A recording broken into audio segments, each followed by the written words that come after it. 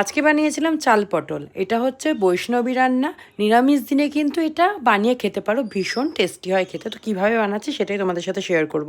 তো পটলগুলো চিড়ে আমি তেলে ভেজে নিলাম, তারপরে শিলনোড়াতে আমি বেটে নিয়েছিলাম জিরে, কাঁচা লঙ্কা আর আদা।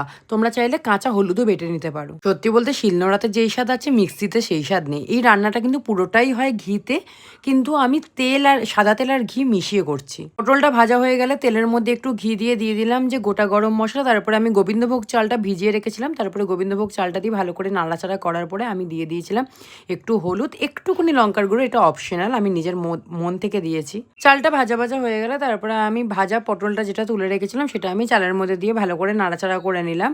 নাড়াচাড়া করার পরে যে শিলনোড়া ধোয়া জলটা ছিল সেই জলটা আমি পুরোটা দিয়ে দিলাম। একটু পরিমাণ মতন দিও, আন্দাজ মতন দিও। বেশ খানিকটা ফুটে গেলে আমি এটার মধ্যে দিয়ে দিলাম টক দই। টক দই আমরা কেন ইউজ করি এটা আমি পরে কোনো একদিন বলবো। তারপরে দিয়ে দিলাম স্বাদ মতন নুন, তারপরে কাঁচা লঙ্কা, চেরা কাঁচা লঙ্কা। আর নিরামিষ রান্না, বৈষ্ণবীদের রান্না, এখানে তো মিষ্টি ইউজ হবেই। তারপরে দিয়ে দিলাম একটু গরম মশলা। গরম মশলা দিয়ে যে কাজু কিশমিশগুলো আমি ভেজে রেখেছিলাম সেটা আমি দিয়ে ভালো মতন নাড়িয়ে নাড়িয়ে নাড়িয়ে নাড়িয়ে সেটাকে ভালো করে সেদ্ধ করেছি। অ্যান্ড রান্না করতে করতে তোমরা এত সুন্দর একটা ঘ্রাণ পাবে, এত সুন্দর একটা সেন্ট পাবে না, মানে পুরো ঘরটা ম করবে। অ্যান্ড আমার রেডি।